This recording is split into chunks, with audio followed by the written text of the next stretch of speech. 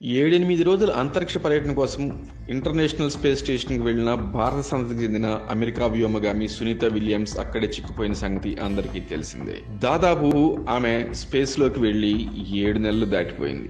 Sunitha Williams తో పాటు Butch విల్మోర్లను అంతర్జాతీయ అంతరిక్ష కేంద్రానికి తీసుకెళ్లిన బోయింగ్ సంస్థ తయారు చేసిన స్టార్ లైనర్ రాకెట్ లోని ప్రొపల్షన్ వ్యవస్థలో తలెత్తిన సాంకేతిక లోపం కారణంగా వారు అక్కడే ఉండాల్సిన పరిస్థితి నెలకొంది.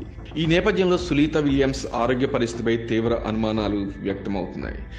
ఇద్దరు సక్సెస్ఫుల్ గానే అక్కడికి చేరారు. ఏ లక్ష్యం అయితే పెట్టుకున్నారో అది సరిగ్గా సాధించారు. ఇంకా అంతా సర్దేసుకొని వెనక్కి వచ్చేయడమే అనుకున్నారు. సరిగ్గా అప్పుడే బోయింగ్ స్టార్ లైనర్ లో టెక్నికల్ గ్లిచ్ వచ్చింది. వెంటనే సరిపోతుందిలేని వెయిట్ చేశారు.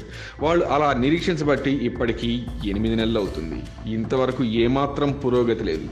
అదిగో వచ్చేస్తారు, ఇదిగో వచ్చేస్తారని అంటున్నారు తప్పితే వాళ్ళు ఎప్పుడు వస్తారు ఏంటి అనేది ఎవ్వరు కూడా చెప్పలేకపోతున్నారు.